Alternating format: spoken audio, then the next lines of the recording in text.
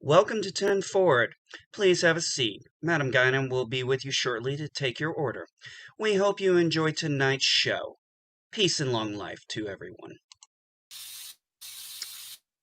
All right. Hello, everyone. Welcome to NB Geeks Let's Talk. This is our 10 Forward. Normally, we would do this on Sunday, but we've taken a break from some of our regular stuff. Now we're kind of talking the Halloween stuff. We're going through horror. And I really can't put that into Quark's Bar because it just doesn't really fit in there. Tonight, folks, we're going to talk about one of my personally favorite areas of horror, and that's suspenseful horror. This is the horror that it's not the jump scares, not the slasher, it's suspense, it's the music, it's eeriness, it's the twist that comes at the end. And to me, it's the one that makes those hairs on the back of your neck just curl up. And when you're done watching it, you're just like, oh, God. And it sticks with you. That to me is a horror movie more than anything else.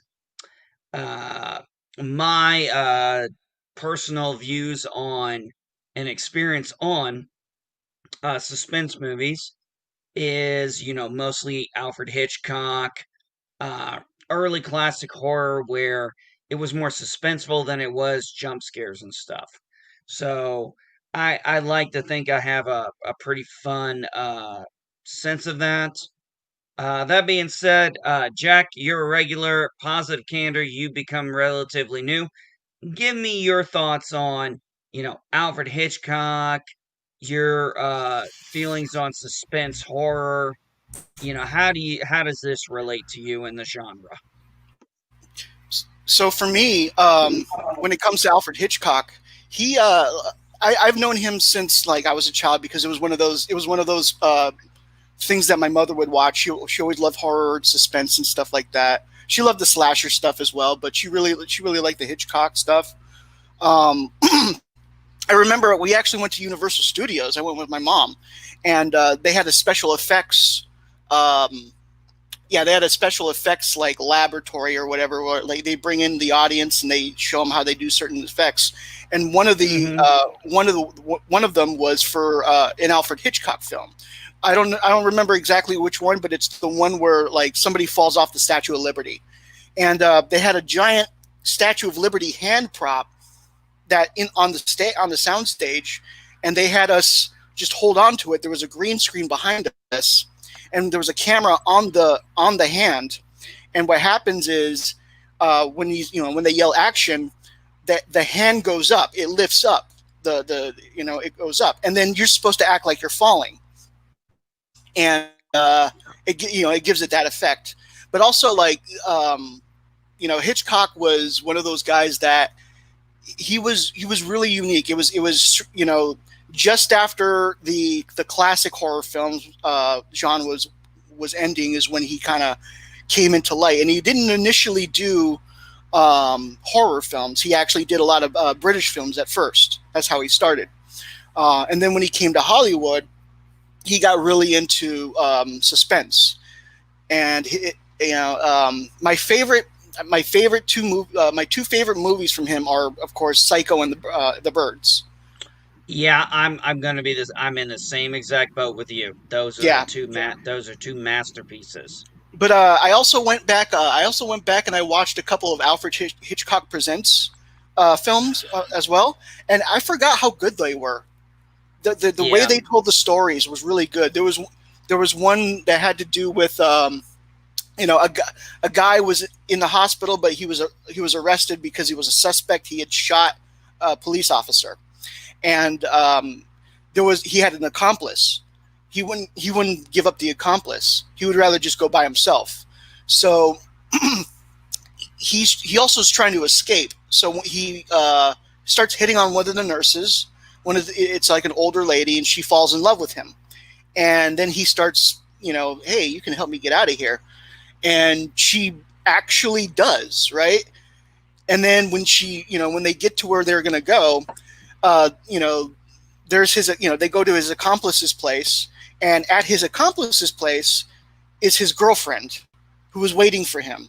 And so Of suddenly course. this poor woman who helped him escape, you know what I mean? Like, and so he tells him, hey, if and so he's pretty smart. He tells her, go back to the hospital, drink that stuff that you got that knocked that person out, knock yourself out, and by the time they find you, you'll be just another victim. It'll look like an outside job. So she looks all sad and she leaves. But there's the twist. She goes down to the bottom of the stairs, and the police are waiting for her. She was in it with the cops all along. So she was telling them, "Hey, I'm gonna help them escape by doing this and this," and then it'll get to, with the hope of finding his accomplice as well. It was a really good story. Good twists. Yeah, it sounds like one I need to rewatch again. I mean, I'm gonna be honest, it's been a while since I watched Alfred Hitchcock Presents, but that man knew how to take a twist and just really make an amazing story. And like you said, my personal favorites are same as you, The Birds and Psycho. Positive Candor. Your thoughts on Alfred Hitchcock? Alfred Hitchcock Presents. His early work, his later work. Your thoughts on suspense horror? Yeah, I mean, you have scrolling across the bottom. He was the master of suspense. No doubt about that. I mean, I know it's classic and everything, but yeah, Psycho is not my favorite. Um, Hitchcock. Um, maybe 'cause, I don't know. Bates' character, yeah, I know he's a classic character and everything like that. Um, but yeah, I don't know. Maybe just because it's a more of a slasher kind of. Really, That's a fair assessment. It would be one of the early slasher movies. yeah, yeah. Even though there's really because just one scene of it, then the shower scene, obviously. Um, but yeah, I definitely like his other, I guess, less well-known movies. In a way, probably more. Um, you know, definitely like Rear Window a lot. Definitely like North by Northwest a lot. Um, Vertigo is definitely probably my favorite. Um, just I've heard because, that a lot. I've heard Vertigo is usually the one that comes with the birds in Psycho. Yeah, Vertigo is also one of his great classics. Yes. yeah. So to me, it's probably Vertigo, and then you did like Northwest. You like Rear Window a lot. Um, you know, um again, those are suspense type thing. I like Dow and for Murder a lot. I like that one. Um, like even his older movies like Notorious and Rope and Strangers on a Train is also Yes. Strangers on a Train. yeah. You So you want you want to kick that one off, buddy? You want to kind of talk about Strangers on a Train? yeah, I mean Strangers on a Go Train for it, buddy. is one of obviously the classics. How two strangers meet. Um, they do the crisscross, which is obviously from the train gets its kind of story from and stuff like that. So they decide, they each hate somebody, and they just exchange murders basically. And it's a classic, definitely a unique movie at the time. What made in what 1950? Basically. Um, So yeah, it has I mean, not really anybody really well known in it, which I also um, like how Hitchcock can basically take a relatively unknown actor or actress and put them in a movie and still make a great movie and everything.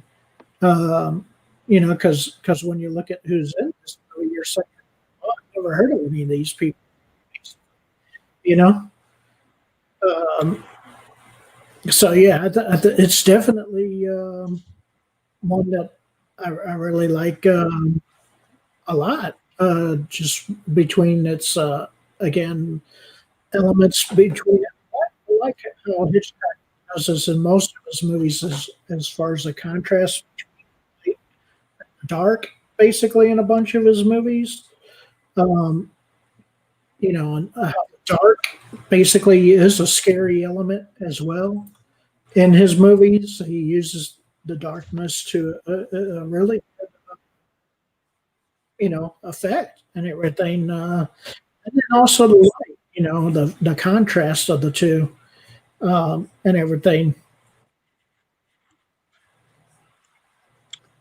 Yeah, I would have to say this is one of the classic. And I know they've tried to do this retry to commit this formula. I think the funniest one or the best one was Throw Mama from the Train, which you gotta believe was somewhat of a parody of this movie.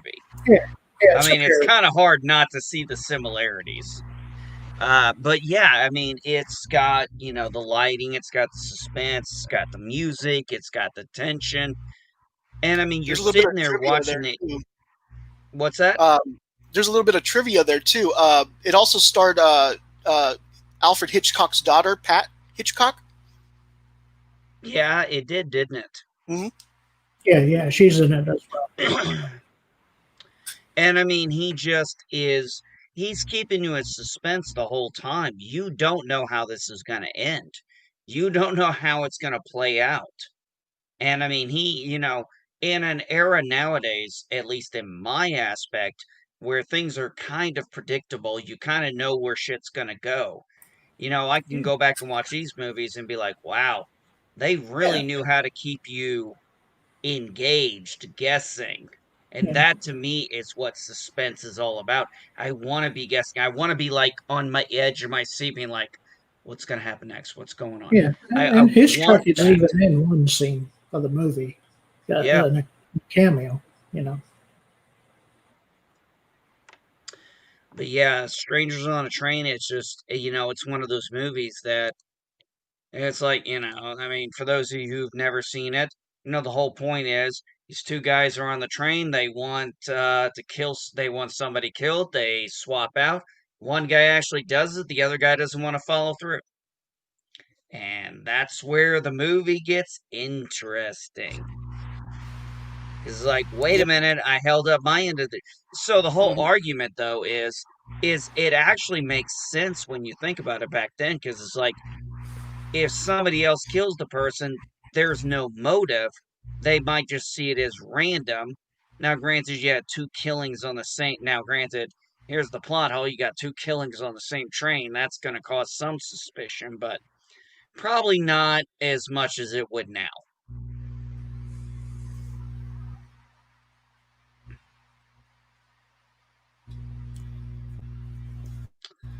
But what about anything else positive, Cantor, you want to add to that? Any other particular Hitchcock movies you'd like to talk about?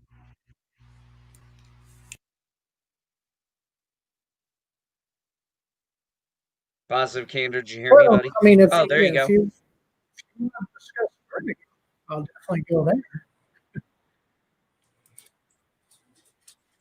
because to me that's, like I said, my favorite. The whole scene at the end of James Stewart climbing the steps, basically in the church or cathedral, whatever you want to call it. Um, it's one of the classic, obviously, scenes in the movie, and then he stares down and has the vertigo effect going on and stuff like that, and everything, from his scared of heights, basically, or whatever. You know, Actually, I do know very well I'm actually terrified of heights. Yeah, I don't know where mom is, Bubba. But yeah, I'll be the first to admit I'm terrified of heights. They scare the shit out of me.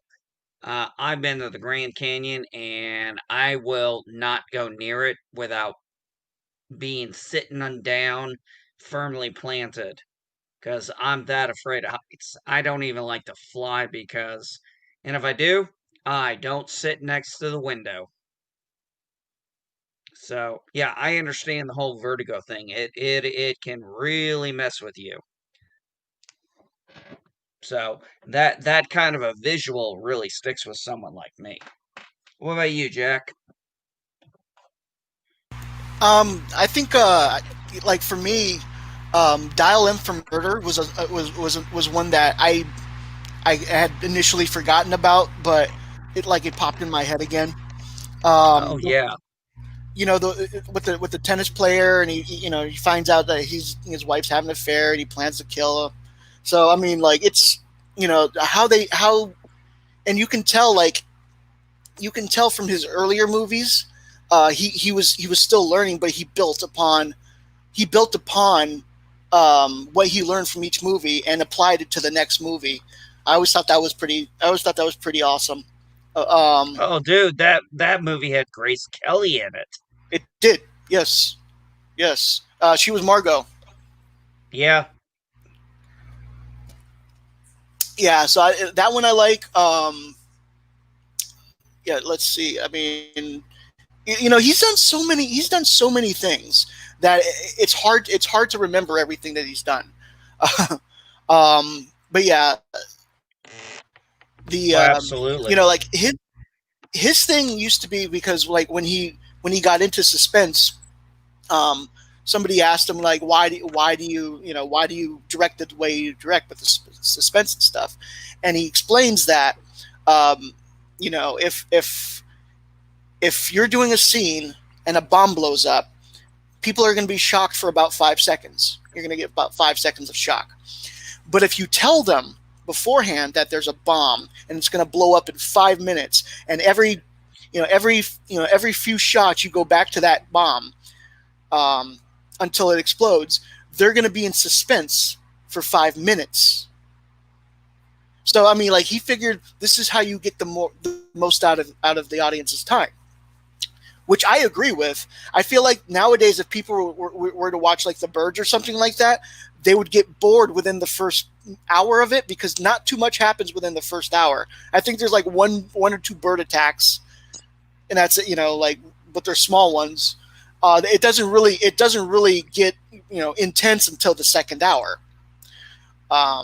And that one scene where they show the gas. They show the gas going across the street.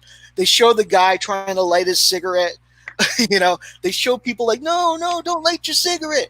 I mean, that was a really good suspenseful moment in The Bird. Yeah.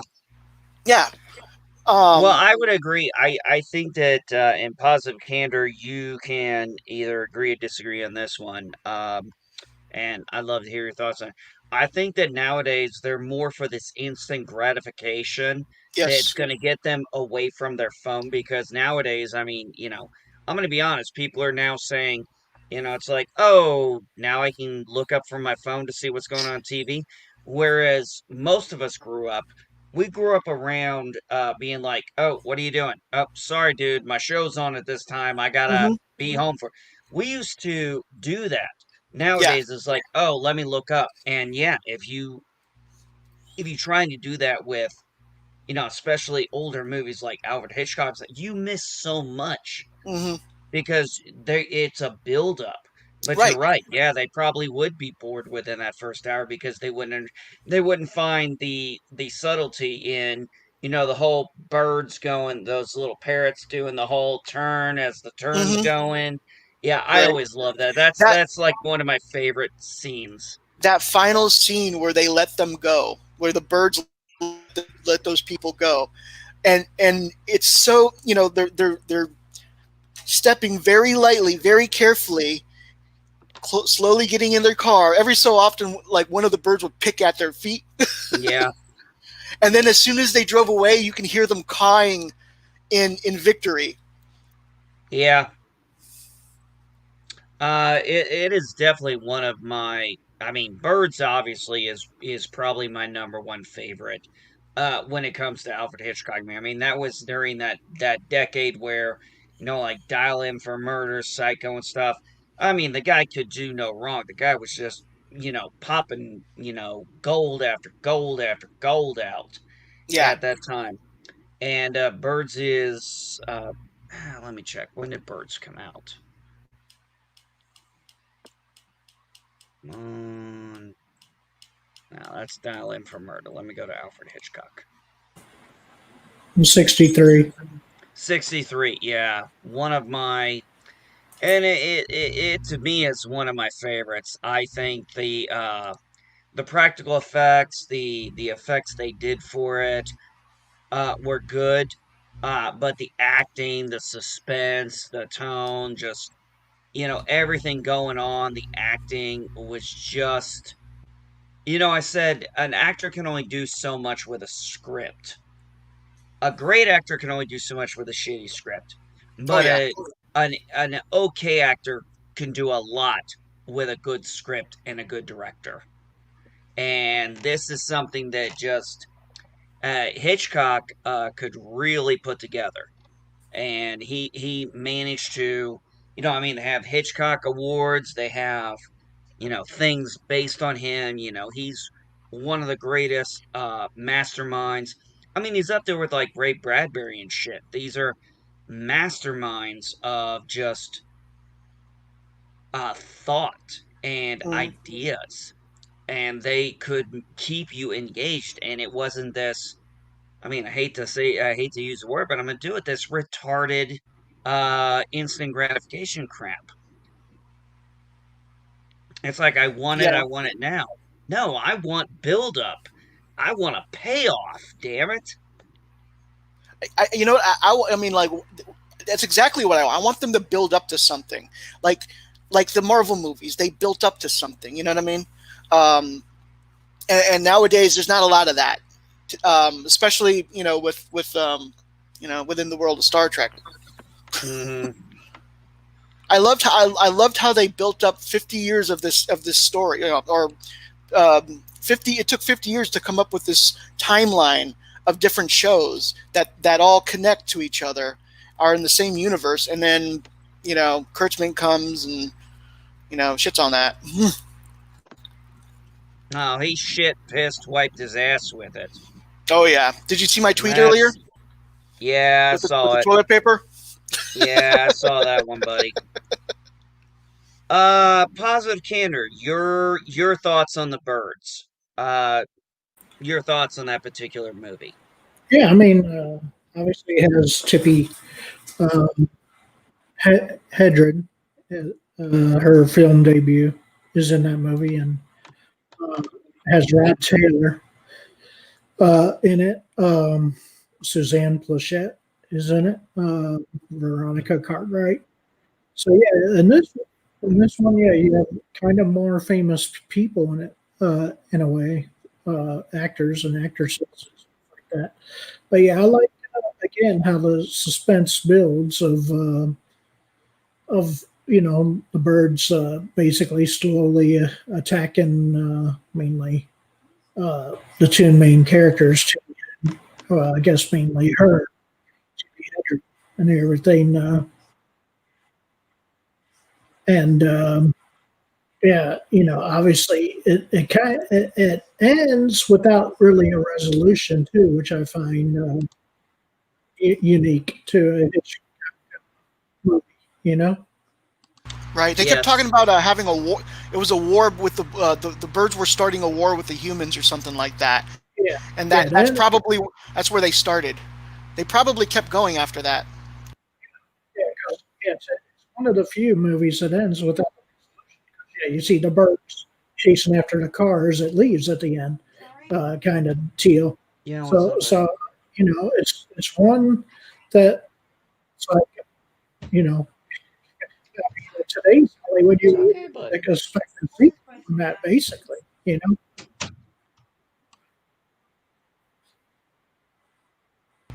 Yeah, I definitely agree. Um, like I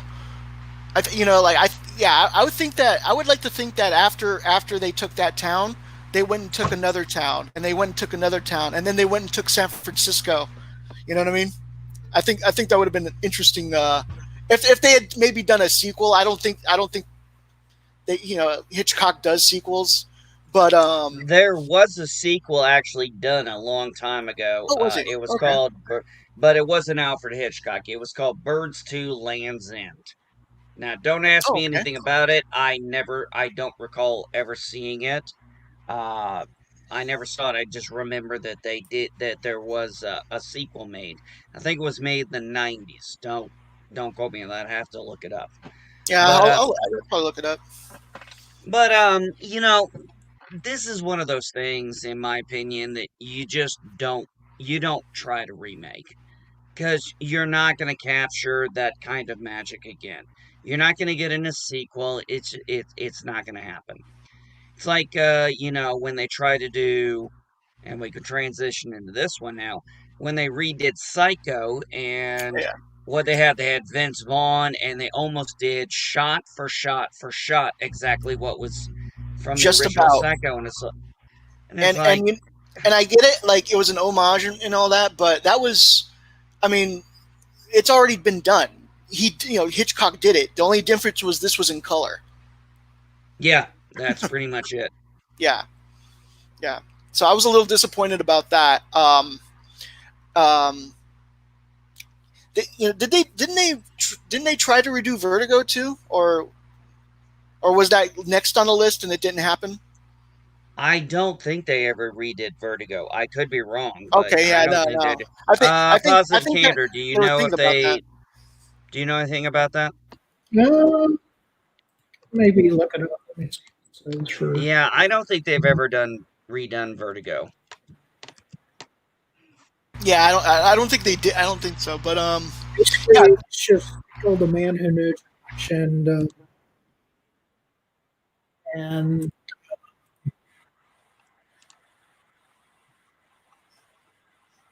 How many movies does he have? Alfred Uh, Hitchcock. yeah, how many movies does he have in the Library of Congress now, I wonder? Oh, 30 actually, I think it's like almost 25. for Murder was remade. Um, Notorious has been remade. Um, You can't redo a movie with Jimmy Stewart in it. It's just not possible. yeah, I mean they've redone Psycho and have had Psycho sequels, obviously. Yeah, it's where I didn't know this, but Alfred Hitchcock Alfred Hitchcock was actually knighted. yes. Yes, he was a sir. Yep, Sir Alfred K, Hitchcock. KBE, Knight Commissioner of the Most Excellent Order of the British Empire. Yeah,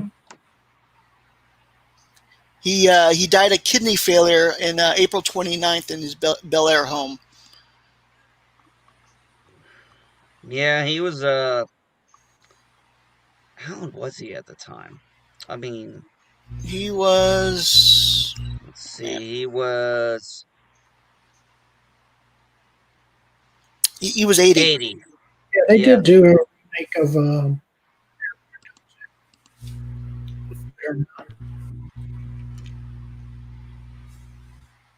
They can't do a remake of his stuff and give it the same. It's just that you can't be the director with that kind of clout and put that in to movies now. They Yeah, it don't doesn't work. have it. And it's unfortunate. I mean, Psycho, he did something that we've only seen very few times, where you take an established actor, which was the actress at the time on it, and you kill her off early on. And everybody's like, uh, So who's the main character? yeah, exactly. Hmm. And, Yeah, obviously it's Norman Bates, but yeah, yes, but we Right. didn't know that. Yeah, but we didn't catch that at the time. That was one of the great things about that movie was we didn't catch it at first. We were like, wait a minute, this is an established actor. How do you kill them off? Yeah, and they killed her off in like a very shocking way too. Uh, Yep, the shower yeah, scene. yeah, and talk about that music. Talk Oh about yeah. that music. yeah, I don't even think the Birds had a soundtrack. He uses music very very lightly. You know what I mean? But he uses it to great effect. And that's kind of how I felt when I saw that scene. Um, and the way they did it. I love the shot at the end of that scene with the eye. They Yes. they the eye, and it slowly zooms out, and it slowly shows her face and everything. I love that shot. I want to know how they did that shot exactly, because she was so low to the ground. You had to have had a camera. I don't know how. Yeah. Well, you went to film school, so if anybody will be able to figure it Oh, out, it'd be you. I'd probably know someone who knows how they did it. Yeah, I mean, Psycho was very shocking. You didn't know what was. You really thought, there was the mother. You had no idea until the end of the movie that it was all Norman Bates. And I mean, Hmm. that was the like Mother, what have you done? exactly. It was a twist like, we all were scratching our head like I was a kid and I was like, huh? It was him the whole time? Grandma, you want to explain this to me? Hmm. I mean, Yeah, I'm like 8, 9 years old trying to understand Alfred Hitchcock. it trips me out. He has a total of 46 Oscar nominations and 6 wins, but 46 Oscar nominations. That's how good this guy was, and he only won 6 times. But like I always think about the fact that Danny Elfman ain't got no Oscars. You know what I mean? And he deserves it. Hey, you gotta look at it this way. He may have been nominated. Hey, he may have only won 6, but that's 6 more than I got. Oh yeah, yeah, no, he definitely deserved those 6, probably more. uh, oh yeah, I'm sure. What about you, Positive Candor? Your thoughts on the movie Psycho? oh, yeah. I mean, it's still a classic today. Obviously, at the Universal Studios, the Bates Motel there, you can still see to this day. So yeah, it's a part of our culture. Uh, Oh yeah, definitely. I used to visit the Bates Motel myself. yeah, I've It's right next to never Whoville been now. there. It's right next to yeah, Whoville now, which kind of kills the effect a little bit. yeah, yeah. I think do they still have the Tower of Terror there or whatever? That's the one that used to I be think by so. or whatever. But anyway, um, it's yeah. I mean, Janet Leigh getting killed in the shower, uh, obviously will never be equaled. I don't care how many times you try to redo that with or semi redo it. Yeah, the music definitely sets it apart, and yeah, Norman Bates basically, moving up as the mother character and everything, and being basically with this dual personality, or maybe even more than that, multiple personalities, really. Um, you know, with both the Norman character and who knows what else in there. Yeah, is a storytelling and everything as well. You know, Yeah. Yeah. I also wanted to point out that the Bates Motel is next to Whoville, and it's also next to the Jaws lake, the lake that they filmed for Jaws. It has it now has a big green screen background, but they used to have it used to be painted like the sky. Mm-hmm. But it's too bad now that current horror movies go into, I guess, more campy route and stuff like this than the suspense route. Yeah, it's more torture porn, jump scares, and graphics, whereas, we can go back to, but those of us who remember, watching, for example, Psycho, you see the knife, you hear her screaming, but there's no blood. There's very little blood in there, yeah, and Exactly. yeah, and to be honest, it was actually like corn syrup or something like that, or cornstarch, something. Yeah, it was, and yeah, so they didn't use a lot of blood in that, which was surprising. It was Yeah, surprising. yeah, because nowadays it'd be all over the place. Yeah. You know. Well, hell, it Yeah. was on Discovery not too long ago, for crying out Oh, loud. jeez. Oh, yeah. Like they were shoveling parts of Leland or something like that. Yeah. Yeah, in a friggin' Star Trek. Like, okay, fine, whatever. I'm like, sad part is I thought that was one of their best episodes, and it was because Had. Yeah, dipshit you're right. wasn't, as Positive Candor and I talked about on his channel. It's like Michael Burnham wasn't there, and then they ruined it at the very Hmm. end. Yeah. Now, see, that was probably their best episode of Discovery, because Michael Burnham was not in it for most of them. Sarug actually got to shine, He and actually got to be a captain. he impressed me. But I bet you after that, after Michael Burnham comes back, it's going to be the Michael Burnham show again. He's going to be set off to the side. It's not going to be like, she's going to, of course, save everything and everyone because it's her show.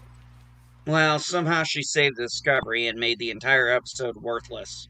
Because all they Hmm. had to do was just sit there and wait, because somehow in 12 hours after 1 year, she figured out where they landed. Hmm. Okay, but we're not doing that. We already, Positive Candor and I already kind of hit that one out. Guys, I'm hitting up on the 40-minute mark. I got a couple things I'm going to have to end this a little earlier, because I got some things I need to do and get some dinner and all that good stuff. Uh, what do you guys got going on tomorrow? For me, we're gonna do this same bad time, same bad channel, and this one's going to be movies that still scare you to this day. I mean, movies that no matter what, and it can be any freaking movie that still just kind of gives you the heebie-jeebies. Trust me, I got them. There are certain movies that I still won't watch to this day. So that's for tomorrow, guys. Jack, you got anything coming up other than making people on Twitter cry? Uh, no, just my normal, get up. I'm on Twitter. Way too much beer.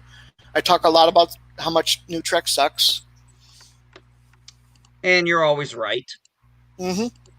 Now, granted, these guys can't seem to figure it out, but yeah, what you gonna do?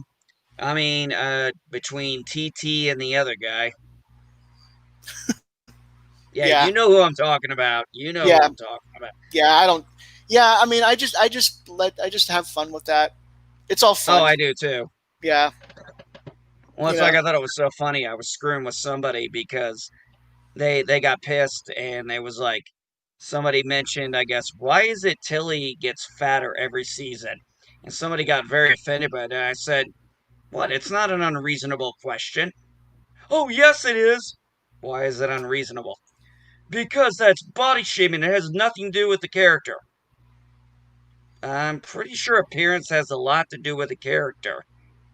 Yeah. You know Like me. for me, I it's more about how incompetent she's become. Yeah, that's what The I first said. I said if you want to be pissed about her, the how about first you be season pissed she about the was fact that she went from likable to being the butt of every joke? right. The first season she was very likable, like she was relatable and stuff like that. And so I was kind of hoping that to see like a character arc where she becomes a competent Starfleet officer. And what I got instead is a second season where they turn her into comic relief. And now this third season, she's still stuttering and she's still awkward and she's still.